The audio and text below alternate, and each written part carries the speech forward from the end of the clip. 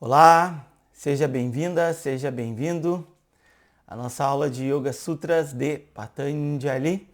Estamos no capítulo 1, chegando pertinho do final. Agora falta poucas aulas para a gente concluir essa grande jornada que foi e que está sendo passar de maneira aprofundada pelo Yoga Sutras de Patanjali, que é um texto milenar e que é tão atual, tão vivo, e é exatamente por ele ser vivo que nós estamos estudando nesse exato momento.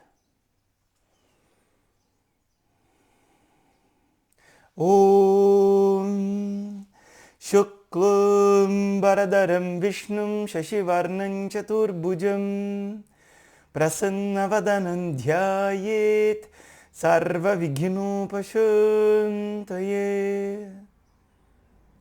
Om Namah Shivaya Gurave Satchid Anandamurtaye Nishprapanchaya Shantaya Shri Shivanandaya Te Namaha Shri Vishwanathaya Te Namaha.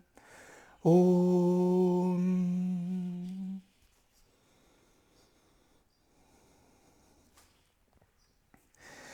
Yogena Chittasya Padena Vacham Malam Sharirasya Cha Vaidyakena Yopakarotam Pravaram Muninam Patanjalim Pranjaliranatosmi Pranjaliranatosmi Abaho Purushakaram Shankha Chakra Siddharinam Sahasra Shirasam Shwetam Pranamami Patanjalim.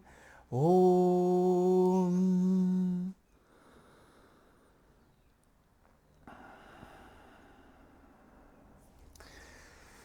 Namastê.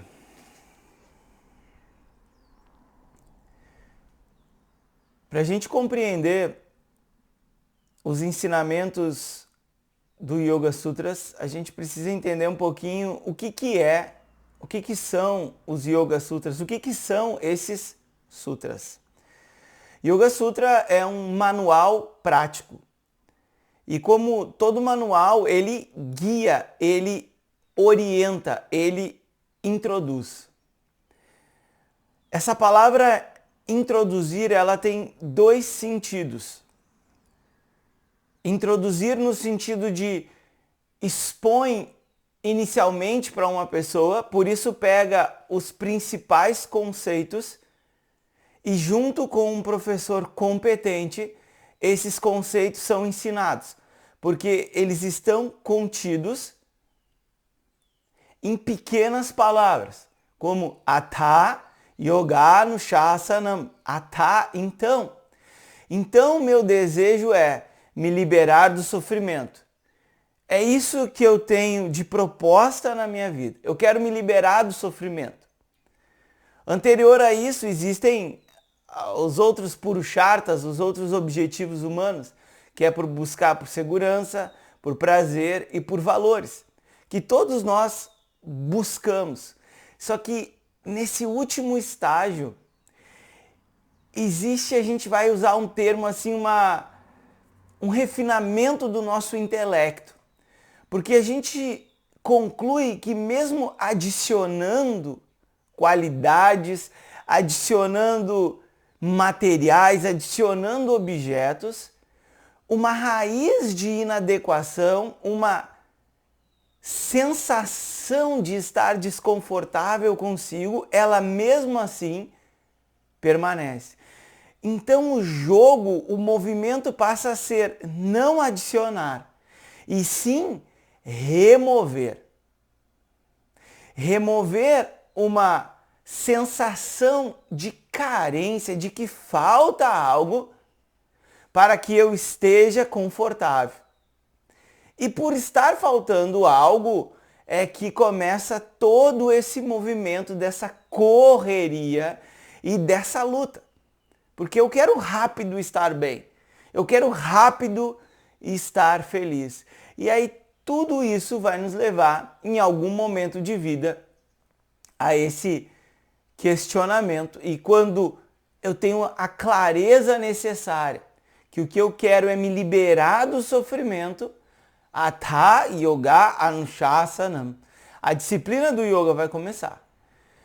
Yoga não no sentido que muito se mostra, principalmente na internet de hoje em dia, e que tem a sua eficiência, ajuda muita gente, só que acaba sendo limitado quando se apresenta um yoga para dor nas costas, com uma sequência de 2 ou 3 movimentos, tirando todo o contexto. E o contexto, ele é muito importante dentro do yoga, porque o yoga, como uma prática espiritual, ele se acende no seu potencial máximo de aqui nessa vida ajudar uma pessoa a remover a sensação de que tem algo errado, de remover a inadequação, a dificuldade de se aceitar completamente. E assim a gente vai caminhando de forma lógica, de forma objetiva, para que a gente possa fazer algo que é básico, né? Que é se aceitar, que é tirar a autocondenação e crescer, amadurecer como pessoa. Então, um sentido é introduzir isso para uma pessoa, é apresentar esses diversos temas, que são muitos, poderiam ser estudados até mesmo de forma mais elaborada, né? Ou de forma mais en passant, dependendo da turma, nós escolhemos estudar de forma bem elaborada, o que possibilita tanto praticantes iniciais, que vão pegar nesse sentido mesmo de introduzir, eu estou conhecendo, mas também em pessoas que já estão mais solidificadas nesse caminho espiritual. Aí a palavra introduzir, ela tem um sentido um pouquinho diferente, num sentido de colocar em prática, sabe? Eu já ouvi falar sobre a minha verdade, eu já ouvi, até já pratiquei meditação, já fiz alguns treinamentos, algumas coisas, só que falta algo praticável. E isso é uma queixa de, podemos dizer, muitas pessoas, né, que leem esses conhecimentos espirituais, entretanto não consegue trazer isso para a sua vida. E Patanjali, ele coloca isso de uma forma tão simples, mas tão objetiva e profunda. Como ele vai introduzir, né, logo no início do capítulo 2, que ele está falando sobre o como, né, alcançar. Nesse primeiro ele está falando sobre o objetivo, definindo, trazendo luz a certas verdades, no sentido de definir certos termos para que a gente entenda com clareza o caminho a ser seguido. E no segundo capítulo ele fala sobre o caminho. E lá ele coloca que a base de uma vida espiritual é o quê? É um treinamento da mente, na condução de manter a mente tranquila frente à complexidade da vida, não é fora da vida, mas sim aqui e agora, com uma mente tranquila para lidar com o dia a dia, nutrir a relação com o Ishvara, a gente estudou isso já, e ter acesso às escrituras, escutar os ensinamentos. Aí cada pessoa vai saber o quanto tempo pode se dedicar a isso, dependendo da sua motivação, as suas predisposições, das suas necessidades também. Só que é esse tripé. E esse tripé é simples e qualquer pessoa que realmente tem um interesse, ela pode trazer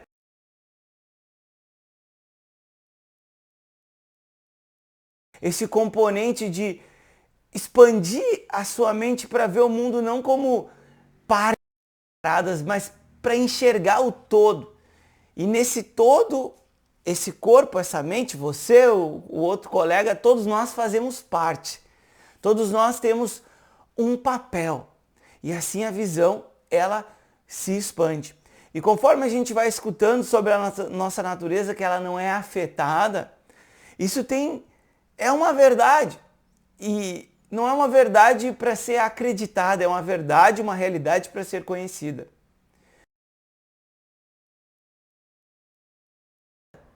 Essa verdade ela está distante.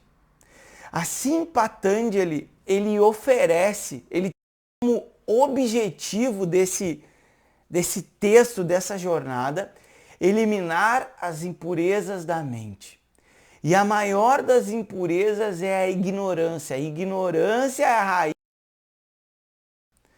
E de novo, ele vai construir isso mais no capítulo 2, ele vai falar mais sobre essa raiz, que é a primeira causa do sofrimento. E depois tem algumas outras que a gente vai deixar para quando o texto chegar nesse momento. Por isso, o grande foco do Yoga Sutras, desse mestre chamado Patanjali, é esse treinamento da mente. De estudar vários textos de Vedanta e não tem, pelo menos até onde eu pude ver, um texto que com essa qualidade técnica, né, essa profundidade em termos de mente, não tem um texto que se equipare a ele. Ele não tem tanta abordagem que a gente vai dizer de o conhecimento do eu.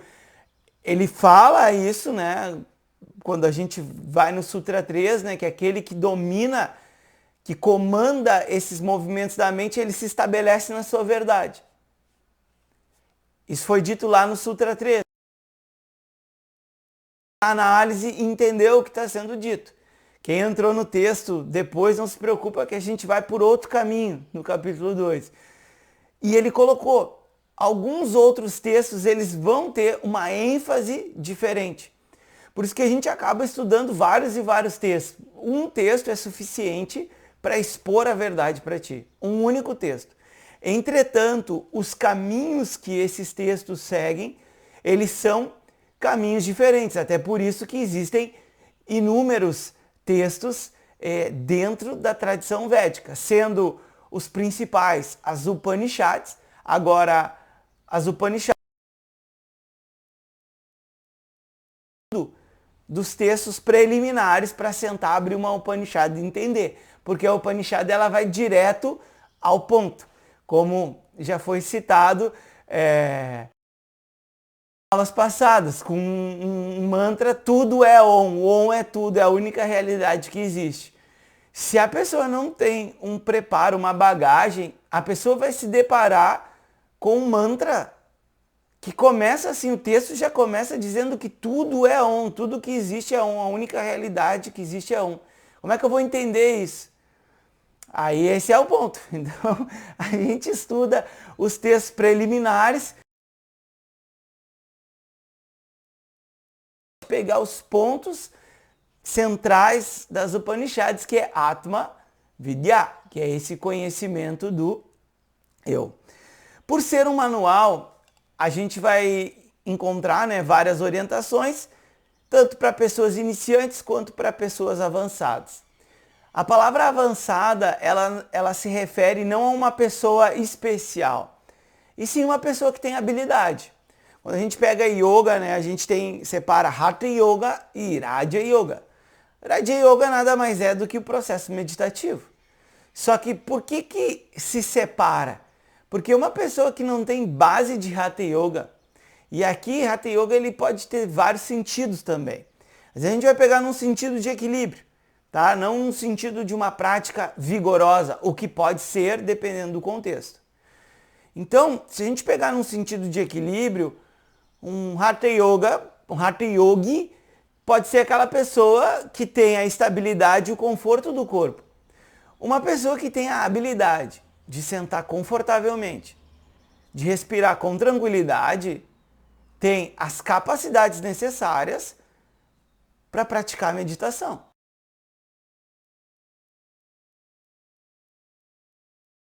Não consegue conduzir a sua atenção.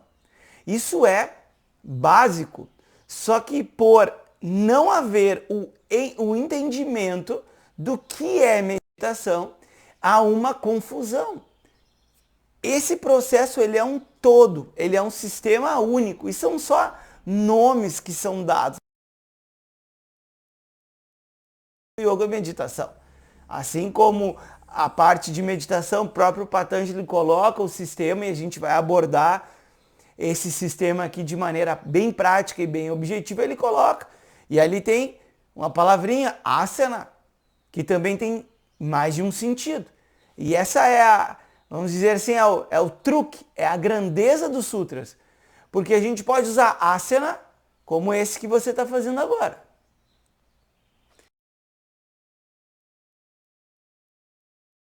O corpo. Agora eu posso fazer um conjunto de asanas, que pode ser uma prática vigorosa ou não. É outro sentido para asanas. Mas tá lá, porque eu preciso do quê?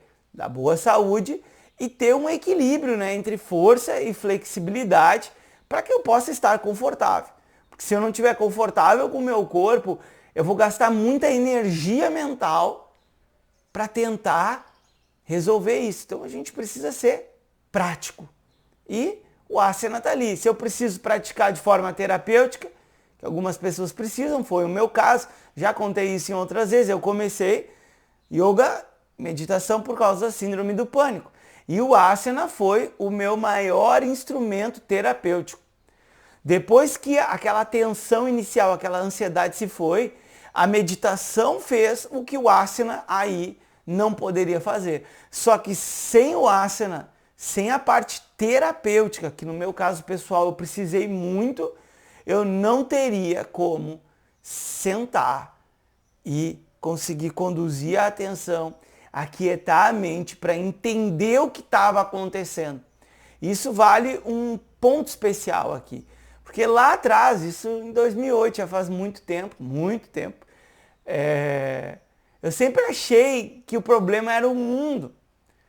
E não olhava para as minhas escolhas, para os caminhos que eu decidi, porque cada pessoa decide, traçar. Só que no momento que a mente se aquietou, o que aconteceu ali? A clareza. Teve clareza e isso nos mostra por que a meditação ela deve ser regular. Não há necessidade, talvez se você for um monge ou estiver passando por alguma disciplina, de fazer horas e horas de meditação.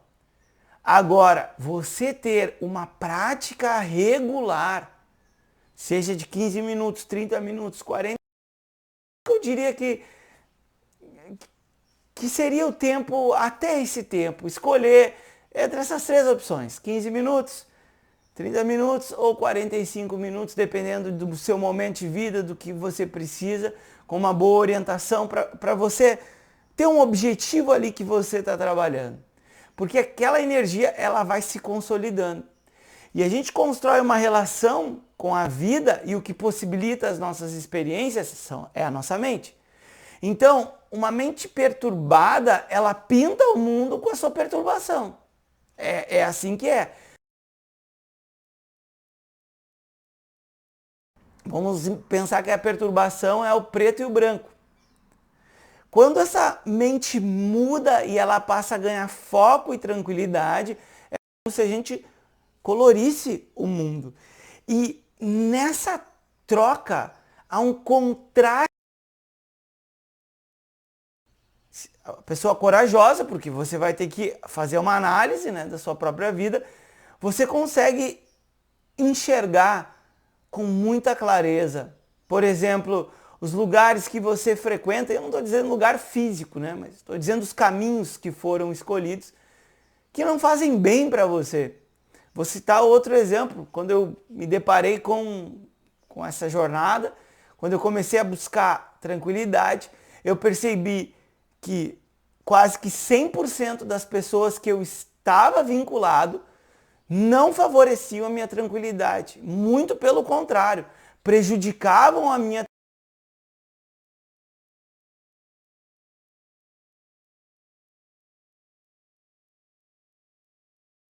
grupo de pessoas. Me desligar não quer dizer ficar brabo, ressentido ou brigar, mas saber que a partir de agora o que eu estou escolhendo não é o mesmo que aquele grupo de pessoas está escolhendo. E isso não me leva a viver isolado do mundo, não leva. Só que isso coloca no dia a dia algumas particularidades que não é compartilhada com as outras pessoas. Como essa questão de uma pessoa que medita.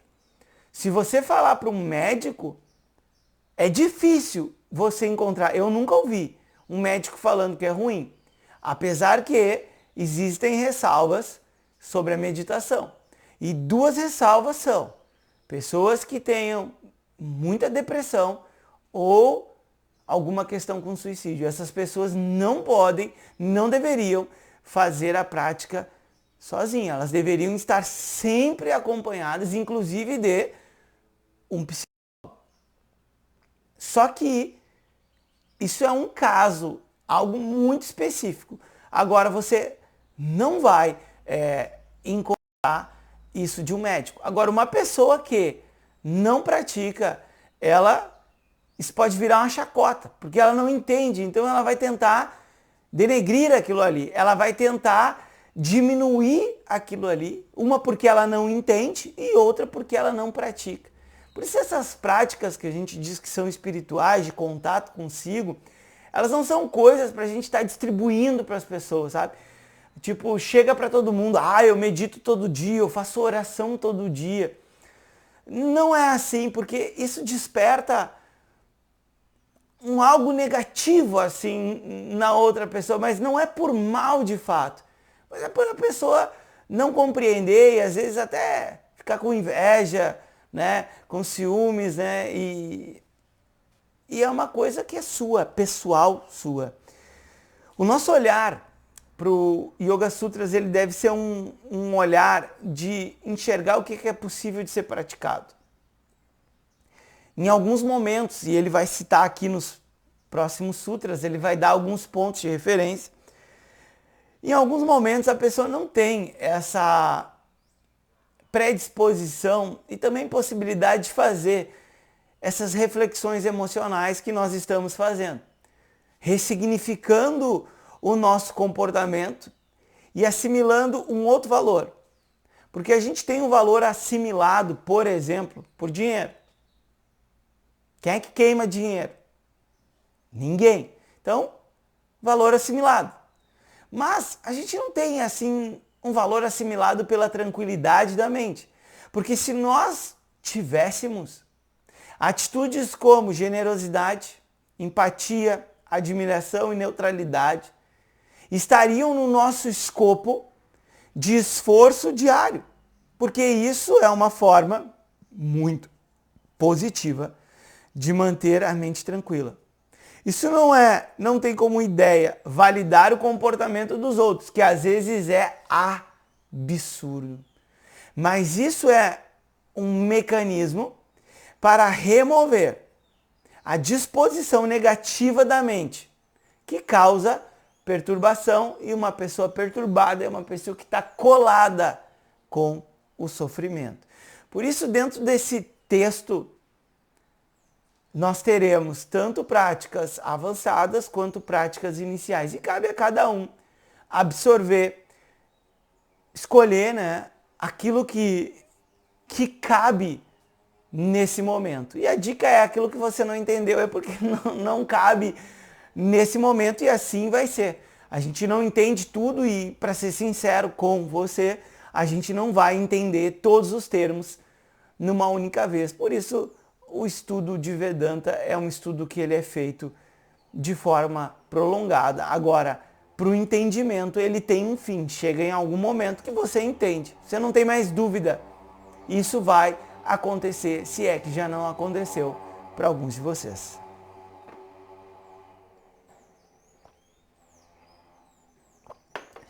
Dentro dessa divisão, o capítulo 1, como a gente disse, ele tem 2 nomes, e os nomes dos capítulos, eles são inserções dadas por outros professores. Não tá lá, o capítulo 1 se chama aqui, sabe? Isso aí foi inserido. No capítulo 1 a gente tem, como foi falado, sadhya ou samadhi, que é o objetivo. Lá no início foi exposto o que leva uma pessoa, que eu repeti para vocês, que é a liberação do sofrimento. Eu querer me liberar do sofrimento e ter concluído que o mundo falha em me liberar do sofrimento, por isso que a gente vai satisfazendo desejo, e a gente vê que depois de um tempo que é uma questão de remover e não adicionar, porque eu quero remover essa sensação de desconforto, sabe? Ontem mesmo a gente fez um exercício na aula, então para quem vê a gravação já é um tempo diferente. E está acontecendo, eu não vou citar os fatos, mas está acontecendo uma questão global, né, de uma possível guerra, e, enfim. E já se vê nas redes sociais pessoas falando de terceira guerra mundial, disso, de aquele e outro. Só que quando a gente desliga o celular e se afasta um pouquinho do celular, e agora, nesse exato momento, eu faço esse exercício aqui, que eu estou gravando nesse ambiente, e você faz. E você olha para o seu ambiente, estou olhando aqui para o meu ambiente. O que eu escuto agora são os pássaros. Dentro desse ambiente tem silêncio. E internamente eu estou em silêncio. Então perceba que ali existe um ruído enorme, uma quantidade absurda de informações e hipóteses que podem nem ocorrer. E isso, nesse nível excessivo, ele é muito prejudicial. Pensa que para você e para mim para nós lidarmos com os nossos próprios pensamentos, com as informações que nós temos na mente, já não é fácil. Imagina se nós soubéssemos o que se passa na mente dos outros. Seria terrível, porque seria muita informação. E em um certo ponto, a internet, ela tem um ponto muito positivo, como essa aula ela só seria possível assim, pela internet. Só que ela tem um ponto que é extremamente negativo. Como, por exemplo, tu divulgar notícias como uma possível terceira guerra mundial. E isso pode levar as pessoas ao pânico, ao nervosismo e à tensão que já estão. E o exercício que a gente faz é o seguinte, não é negar esses fatos como estão realmente acontecendo. Só que se você se afastar do celular e você fizer o exercício de olhar para o seu entorno, nesse exato momento não tem nada de errado.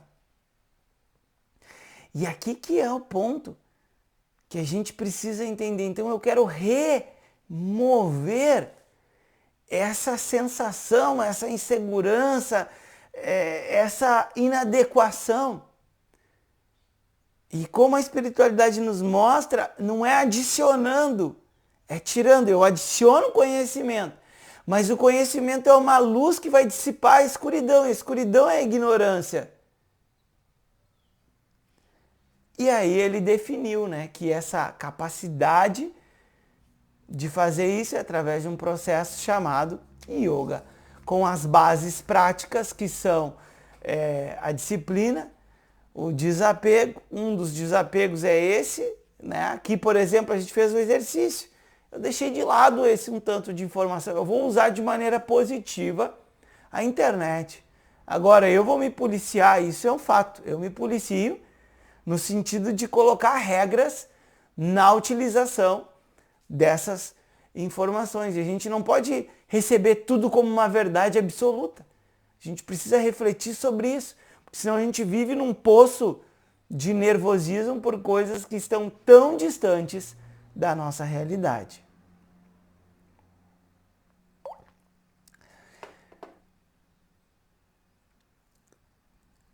Patanjali colocou também os tipos de samadhi, os tipos de concentração que a gente pode ter, que a gente vai precisar nesse treinamento da mente. Esforços e compromissos, um deles é um compromisso em escutar um ensinamento, tudo isso já foi falado. Apresentou Ishvara, o mantra Om, só que também ele colocou que alguns obstáculos serão inevitáveis. E já que tem esses obstáculos que são inevitáveis, o nosso ponto aqui é sobre o sofrimento. Porque o obstáculo ele é inevitável, mas o sofrimento ele pode ser evitável. E a solução para lidar com isso, a mente ela precisa de uma limpeza e uma estabilização. E é aqui nesse ponto que a gente está no texto. E a última seção desse texto são os resultados esse capítulo 1 é os resultados dessa limpeza da mente e estabilização da mente. Portanto, temos dois conhecimentos. Um conhecimento que é estabilizador e um conhecimento que é discriminativo, de separação. O discriminativo ele está mais associado com as contemplações. E aí as contemplações de Vedanta que nós vamos deixar para o início do capítulo 2, que é o tema. Vai ser essa parte. E a gente vai falar de conhecimento estabilizador. Como o próprio nome diz, estabilizador envolve estabilizar. E para estabilizar eu preciso do quê? Concentração. E a concentração nos leva para onde? Para a meditação. Portanto, para estabilizar a mente, eu preciso de concentração, que quando esse processo for bem feito, o estado meditativo, ele é alcançado. Só que aí a concentração envolve a condução da atenção, como o termo que a gente usou, abhyasa eka tattva. A fixação da atenção do elemento único. Qual é esse elemento único? Nessa sessão, Patanjali vai citar 7 elementos como exemplo. Existem mais, muito mais, só que ele cita 7 aqui. O sutra que a gente está vendo, ele fala sobre atitudes frente aos relacionamentos. Se o problema é a agitação da mente frente aos obstáculos previsíveis da vida, e um dos obstáculos que a maioria das pessoas tem são obstáculos emocionais. Só que se as emoções são um problema, eu me torno um problema, porque o ser humano ele é um ser emocional. Ele é uma pessoa emocional. Então, aquilo que eu sou passa a ser um problema. Se os problemas são as emoções. Só que as emoções, de fato, são um problema secundário, um problema relativo. Porque o problema fundamental é o meu sofrimento frente às emoções. Se eu consigo sentir tristeza sem sofrer, tá tudo bem. Mas como isso é possível? Quem é que nunca viu aquele filme? Não vou citar o nome do filme, do cachorrinho que acompanha a família e tudo mais. E no final do filme o cachorro morre. Quem é que não fica triste vendo esse filme? Só que existe a tristeza, mas não existe o sofrimento, porque existe um certo distanciamento ali. Então a gente pode sim sentir medo, sentir tristeza e etc. e não sofrer por isso. A emoção, ela não é de fato um problema. Ou se é um problema relativo, secundário. Porque o problema fundamental é o quê? É o meu sofrimento frente a essa emoção. E um primeiro estágio é o quê? Eu conseguir lidar com isso com uma mente tranquila, com uma mente focada, objetiva, e não uma mente agitada e perturbada. Depois ele vai citar mais 5 sutras que ele vai dar, ele vai pontuar alguns objetos de foco. E aqui quando a gente fala esse termo objeto, volta para o termo, né? A fixação da atenção no elemento único. Eu preciso ter um elemento para minha meditação. Eu preciso ter algo para conduzir a minha atenção. E esse elemento único é o que é chamado de objeto de meditação. O termo em sânscrito é forte para ancorar a atenção. E por último, ele vai colocar uma prática que é muito feita, inclusive muitos professores criticam isso, mas criticam porque existe muito mais a ser feito na meditação do que somente focar naquilo que é agradável, que é as famosas meditações. Imagina um campo, os pássaros, uma floresta, uma cabana. E aqui tá, Patanjali coloca aqui, né, que focar naquilo que é agradável pode ser um objeto de meditação. Se Chitta Vikshepa, né, é o problema, é essa agitação da mente para lidar com as complexidades da vida, com os obstáculos, a solução é Chitta Prasada. É a tranquilidade, a calma, a estabilização da mente nesse elemento único, é o que nos favorece. Não é o que elimina o obstáculo, mas é o que nos favorece para que possamos lidar. Como fazer esses exercícios, né? Esse de atitudes, a gente falou um pouquinho. Você pode fazer tanto na sua meditação, como fazer uma reflexão, algumas afirmações com muita autoobservação, no sentido de você encontrar em você por que existe, por exemplo, uma hostilidade quando vê isso. Ela não precisa ser física, pode ser mental, um julgamento. O que essa pessoa pensa que é, sabe? Vem aí, tá toda felizinha, isso aqui é só um trabalho. Tem um monte de gente recalcada com trabalho que pensa assim, direto. Então ali sempre tem uma dor, sabe? Quando a nossa resposta, ela não é uma resposta positiva nesse sentido, né? Porque a pessoa feliz, a pessoa que está em dor, ela não está nos atacando. A pessoa virtuosa ali que se coloca, ela também não está nos atacando.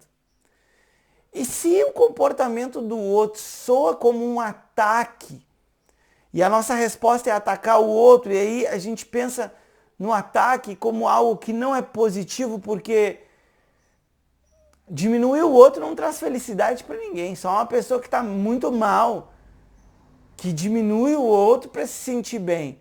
Só que se essa pessoa refletir no seu próprio comportamento, isso não traz felicidade para ninguém. Então, esse é o pulo do gato. Que a gente precisa olhar o porquê que o comportamento do outro invoca em mim algumas atitudes que no final não são agradáveis e não trazem felicidade, como inveja, ressentimento, ódio, raiva e etc, etc, etc. Então é uma limpeza nas nossas relações. E aí cada um vai ter uma forma particular, que pode ser feita como objeto de meditação, no sentido de você trazer para sua mente uma relação, por exemplo, vamos supor, uma hostilidade com um colega de trabalho, sabe? E você ressignificar isso, como que seria você não sendo hostil com essa outra pessoa. Apesar que essa pessoa pode ter comportamentos que são absurdos, e as pessoas têm. Então, um caminho poderia ser como é você não condenando essa outra pessoa, entretanto, você colocando uma linha saudável de distância entre aquele comportamento e você, como por exemplo um fofoqueiro no trabalho, né? Então a pessoa que faz fofoca, fala da vida dos outros, fala mal dos outros, pode gerar no outro que não faz uma ruminação mental. E aí ficar aquele ruído o dia inteiro, aquilo se torna uma irritação, uma raiva. Então a pessoa vai para o trabalho e alimenta a raiva. O que pode ser feito? Eliminar o julgamento na imaginação mesmo. Uma pessoa que não julga, enxerga o outro está meio sem ter o que fazer. E aí por não ter o que fazer, fica falando mal dos outros. No fundo, a pessoa está desgostosa dela mesma. E está procurando os defeitos dos outros porque não encontra os seus próprios. Essa pessoa vai lá e bota um fonezinho de ouvido, talvez escolhe um local para sentar mais distante e aí resolveu o problema. Não precisa ser ríspido com a outra pessoa, nem nada disso. Mas sim, toma uma ação objetiva frente à situação. E aí o ponto positivo é o quê? O ruído mental ele vai embora. E esse é o objetivo desse exercício. É tirar esse ruído mental que alimenta raiva e etc, etc, etc, que já foi falado várias vezes. Agora, o comportamento do outro é do outro. E se a pessoa vai continuar fazendo, é um problema dela, mas porém foi estabelecida uma linha saudável. E se essa pessoa não ultrapassar essa linha, eu não tenho problema com isso, porque é problema da pessoa, a pessoa fazer fofoca, a pessoa fuma, bebe e tem outros hábitos. Ali tem uma linha muito bem estabelecida. A gente chegou a introduzir a pessoa virtuosa, assim, a pessoa virtuosa nesse sentido é uma pessoa dhármica, né? É uma pessoa correta, é uma pessoa que se coloca. E lidar com uma pessoa, às vezes, que é muito correta e uma pessoa, principalmente, que é honesta, invoca nos outros uma inadequação e até um ressentimento. Porque tu tá ali convivendo com a pessoa e às vezes tu pode ter, como nesse caso, vou dar o exemplo, seguir o exemplo da fofoca, quando uma pessoa dhármica, assim, uma pessoa que se coloca, chega pro fofoqueiro e diz assim, olha, fulano, eu vou ser honesto contigo, eu gosto bastante de ti, a gente trabalha bastante tempo junto, mas sabe, cada vez que eu escuto tu fazendo fofoca das outras pessoas, eu tenho vontade de ir lá pro outro lado da sala, porque isso me deixa tão desconfortável, perturba tanto o ambiente, que eu acabo não querendo falar contigo. A pessoa está sendo honesta e não está agredindo o outro. Só que essa verdade, ela pode ser tão forte para outra pessoa que a reação da outra pessoa pode até se tornar uma agressividade. Em alguns casos acontece. Só que a pessoa está dando a honestidade, a verdade para o outro. E se o outro, o fofoqueiro, ele estiver aberto, ele tem uma oportunidade única na vida, porque as outras pessoas não deram isso para ele ou para ela, que é a oportunidade de se ver. E quando o outro expõe a verdade, como nesse contexto, você ganha, o fofoqueiro ganha a oportunidade de se ver. Agora, o que essa pessoa vai fazer depende dela, depende se ela está aberta ou não para se colocar de uma maneira adequada e corrigir esse comportamento, porque não é um comportamento bom para ninguém ficar falando mal dos outros. Cada um deve cuidar do seu próprio nariz.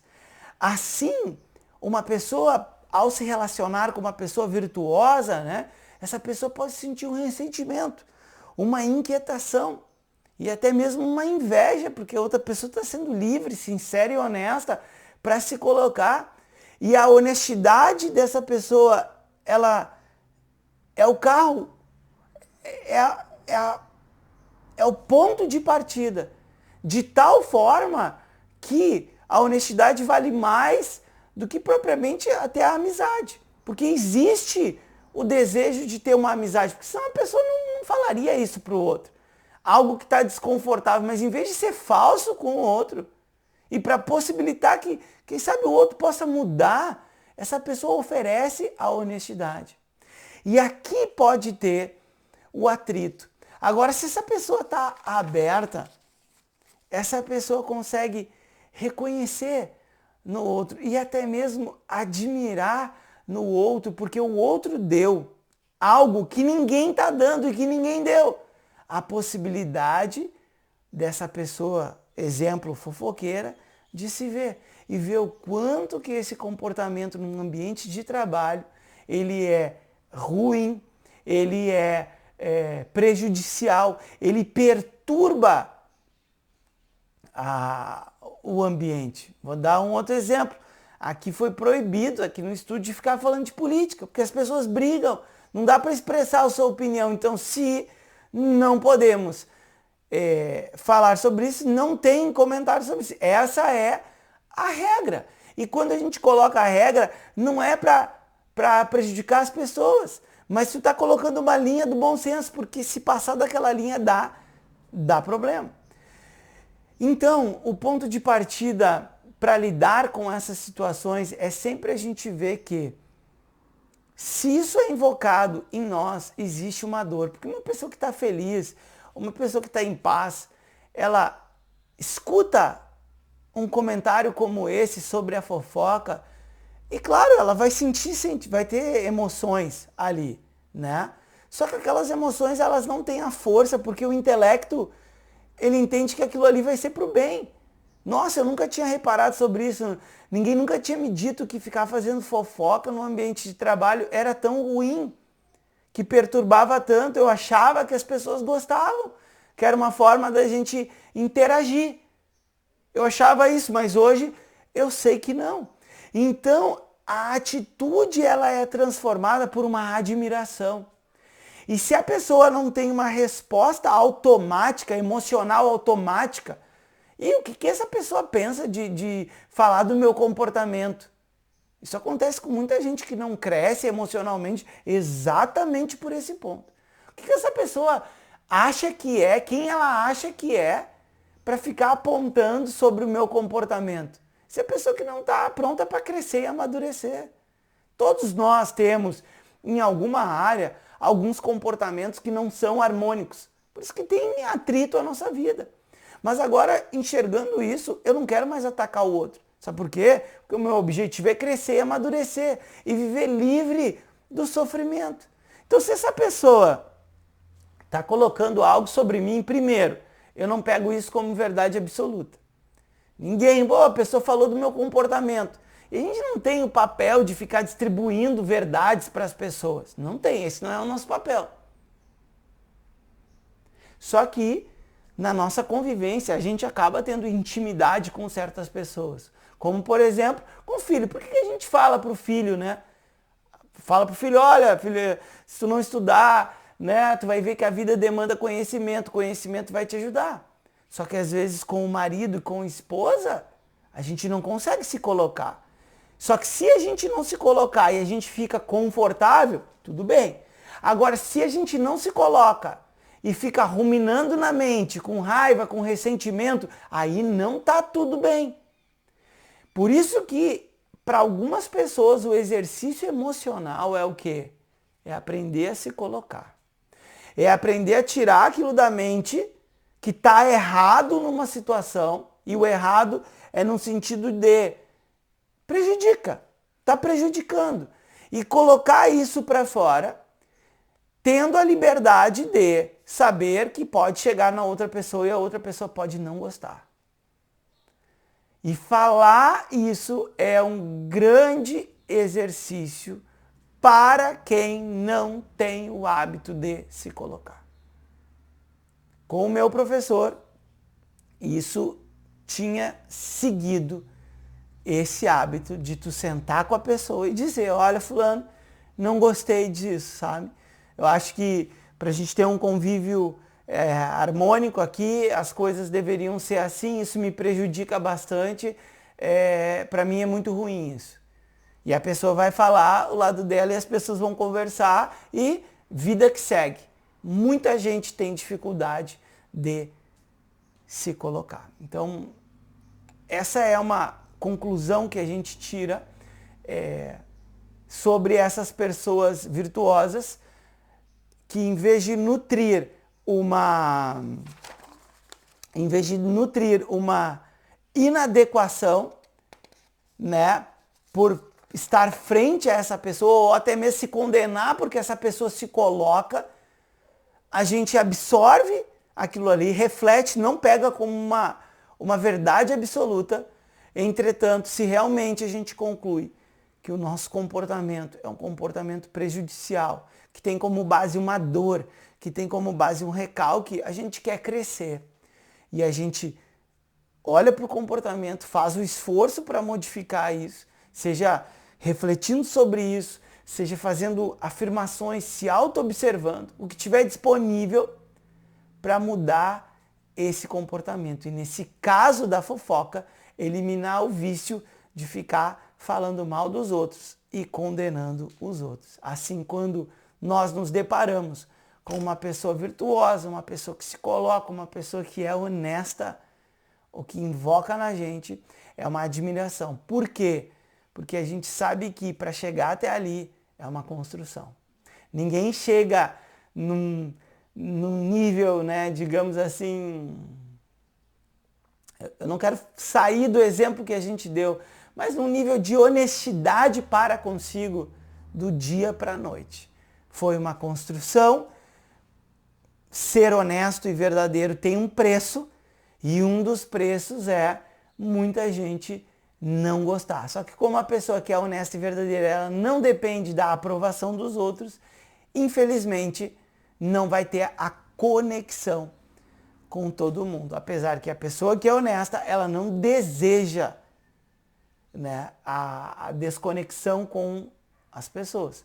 Entretanto, num grupo qualquer, se você for bem verdadeiro em qualquer grupo que você for, você não vai ser aprovado por todo mundo. E aí, paciência, não haverá conexão com aquelas pessoas. E na nossa mente, a maturidade deixa as pessoas serem como elas são. Deixa as pessoas com a bagagem que elas têm. Só não fica condenando quem não aprova você. Segue sendo uma pessoa correta. Usa essas pessoas como um ponto de admiração, de inspiração. A gente usa a boa vontade, né, como um ponto de inspiração para você se construir e ter essa mente tranquila. E por último, dos nossos exemplos, a gente vai ter a neutralidade para com as pessoas que são opostas, né? Tem as pessoas dármicas, né? Aí eu usei o exemplo da honestidade, só que uma pessoa dármica tem mais princípios do que a própria honestidade. A gente pode ver o Dharma como aquilo que sustenta, aquilo que apoia. Num sentido mais amplo, a ordem inteligente de Ishvara que dá sustentação a esse universo. Esse seria o sentido macro, né? Mas o Dharma tem a ver com aqueles princípios, né? Com a verdade, a honestidade, a não violência e por aí vai. Tá? Então essa é uma palavra que ela tem um significado muito profundo, mas aqui o significado é uma pessoa correta, uma pessoa virtuosa, uma pessoa que está fazendo a diferença. E nós vamos ter o outro lado, que é a pessoa adármica, né? Com esse A que faz a negação. E essa pessoa não virtuosa é difícil, né? Como, por exemplo, não um comportamento virtuoso, vou seguir na nossa análise com uma pessoa que faz fofoca, né? E isso vai gerar o quê? Pode gerar, como a gente falou, irritação, enfim, nervosismo e uma série de coisas. E, portanto, tu assumir uma neutralidade, praticamente foi explicado os dois juntos, né? A neutralidade frente às pessoas virtuosas e a admiração, né, frente às pessoas virtuosas. Umas são as pessoas virtuosas e outras as não virtuosas. E não condenar a pessoa não virtuosa é talvez o exercício mais difícil, sabe? Não condenar. Porque tem algumas pessoas que saem desse ponto de só ser a fala que é algo prejudicial, né? Como, por exemplo, tem pessoas que maltratam animais e o maltratar um animal é uma ação adármica. Aí, para lidar com isso, o ponto central é enxergar a pessoa por detrás do papel. É enxergar o ser humano, por mais monstruosa que possa ser a ação. Isso não valida o comportamento absurdo e realmente monstruoso que essa pessoa tem. Só que o comportamento, ele não define a pessoa. Agora, o comportamento, a ação, vai gerar um resultado e esse resultado terá consequências. Portanto, quando a gente fala em assumir uma neutralidade, o ponto central é não ficar condenando o outro e sim estar pronto para fazer o que deve ser feito, mesmo que aquilo que deve ser feito é desagradável. Volta para o exemplo do fofoqueiro. A pessoa vai ter que se colocar ali. E a pessoa muitas vezes ela vai pensar em como se colocar de uma maneira que não soe como uma agressão para o outro. E ali vai ter um atrito. E dessa maneira a pessoa se coloca. Em alguns casos vai ser desagradável, porque a outra pessoa pode ficar ressentida. Teve um caso que aconteceu, por exemplo, eu emprestei dinheiro para uma pessoa e essa pessoa não pagou. E essa situação foi recorrente, porque na minha adolescência isso aconteceu e, enfim, eu ficava possesso, como se diz, porque a pessoa não pagou, achava que a pessoa deveria ter o compromisso de pagar. Mas isso aconteceu agora, não faz muito tempo. E veio a situação, só que enquanto, no meu caso pessoal, eu não me coloquei, a minha mente ficava perturbada. Porque eu olhava para a pessoa e falava, essa pessoa é um devedor.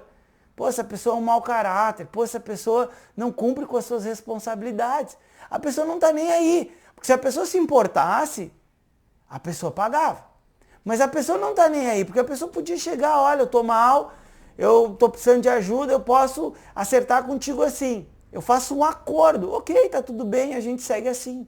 Mas a outra pessoa não se importa. Então o erro, o problema está na sua perturbação frente a esse tipo de comportamento. Qual foi a ação? Foi se colocar. Só que diferente do exemplo dado do fofoqueiro, a resposta do outro foi o quê? Ressentimento. A outra pessoa acha que o outro está errado por cobrar um acordo. E ok, tá tudo bem, a pessoa não vai pagar, não paga, ok. Ali foi dito, foi colocado uma linha, foi estabelecido uma linha. Aqui não vai ter abuso. Eu te respeito, tu tem as tuas dificuldades, as tuas coisas, mas saiba que eu pessoalmente desaprovo essa situação. Se eu não posso confiar, aí isso não foi falado, né? Se eu não posso confiar, então eu também não posso me relacionar. E tanto é hoje assim. Se a pessoa cruza por mim, ok, quando é meio que inevitável, ó, bom dia e vida que segue. Mas ninguém mostra os dentes para ninguém. Por quê? Porque aquele ali é um comportamento muito ruim, é um comportamento que é prejudicial para minha pessoa pessoal, mas para qualquer outra pessoa. Tu assumir um compromisso e tu não cumpre o teu compromisso. Tu não tenta entrar num acordo com essa pessoa. Isso é um comportamento adármico, um comportamento que não é virtuoso. Por isso que a pessoa que tem essas pontas na vida, por mais que você não consiga fechar as pontas, e se algumas são por dinheiro, faça um acordo com essa pessoa.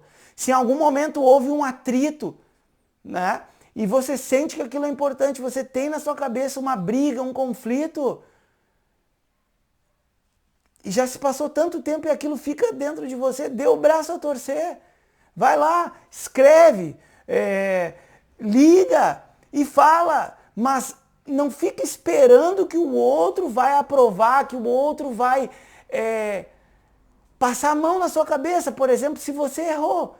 Mas peça desculpa se é o que você sente que deve fazer. Busca em você o que você sente e entende como certo naquele momento. E faça por mais que seja desagradável.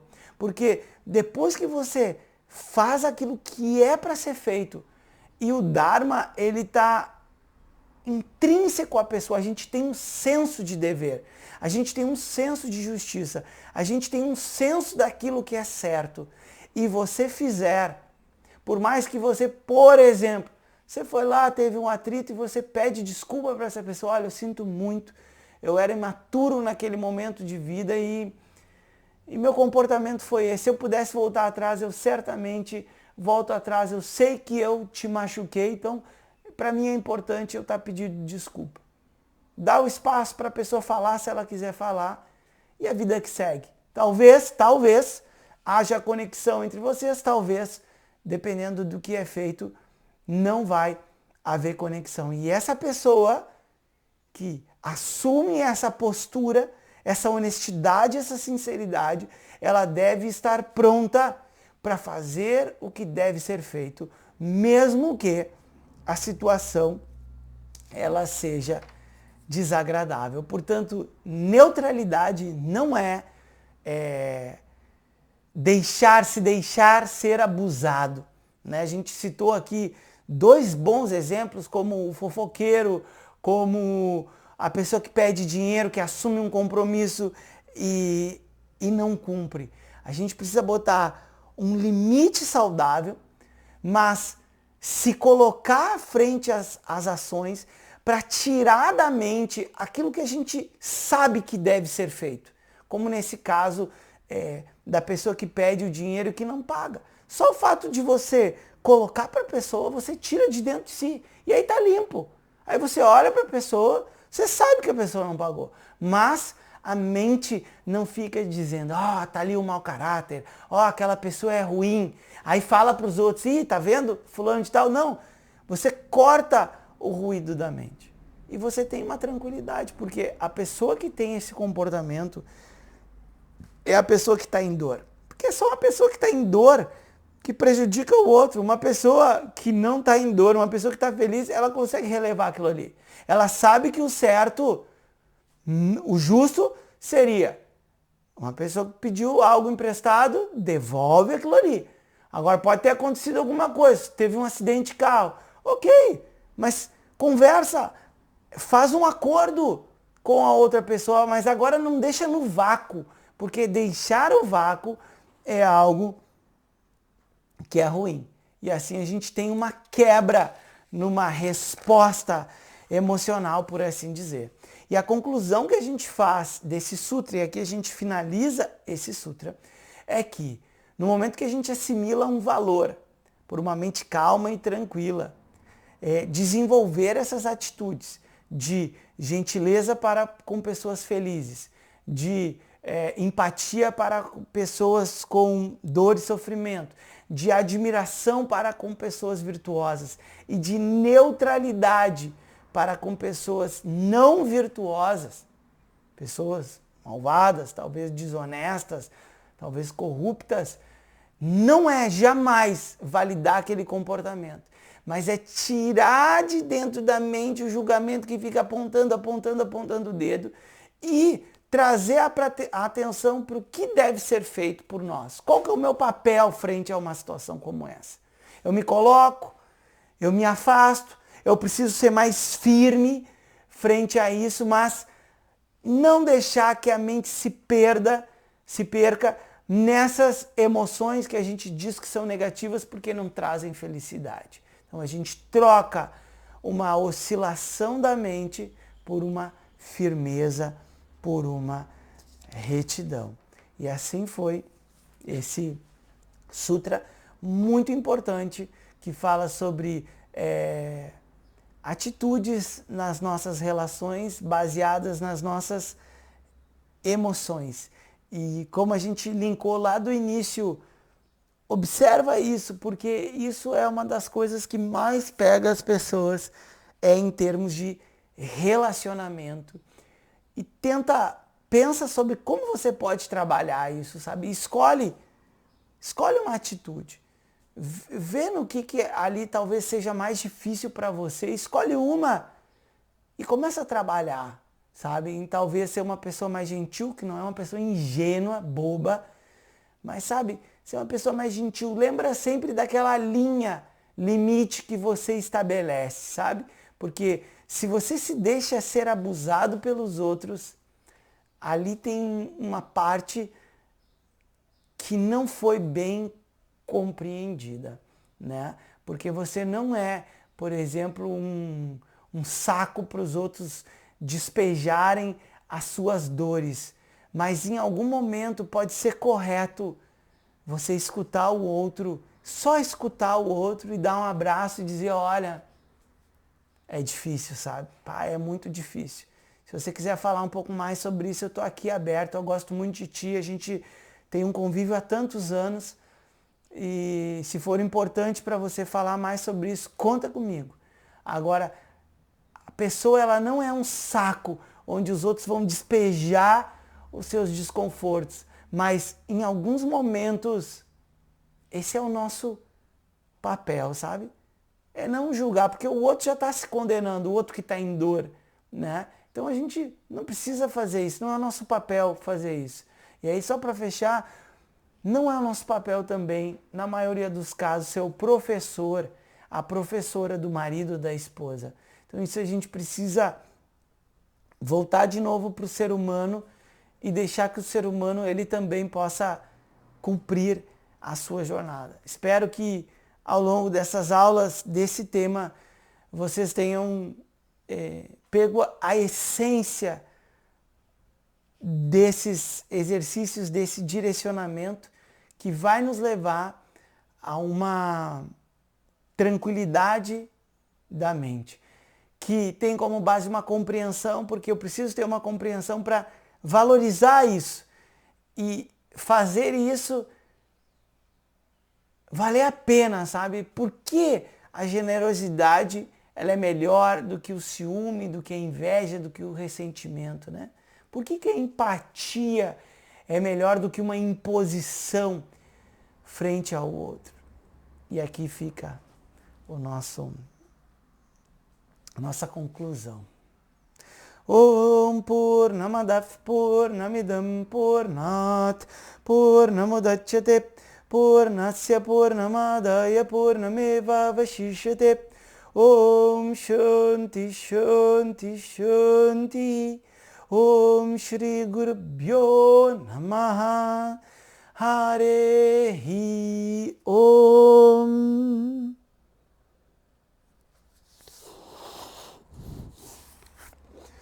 Namastê, pessoal. Tchau.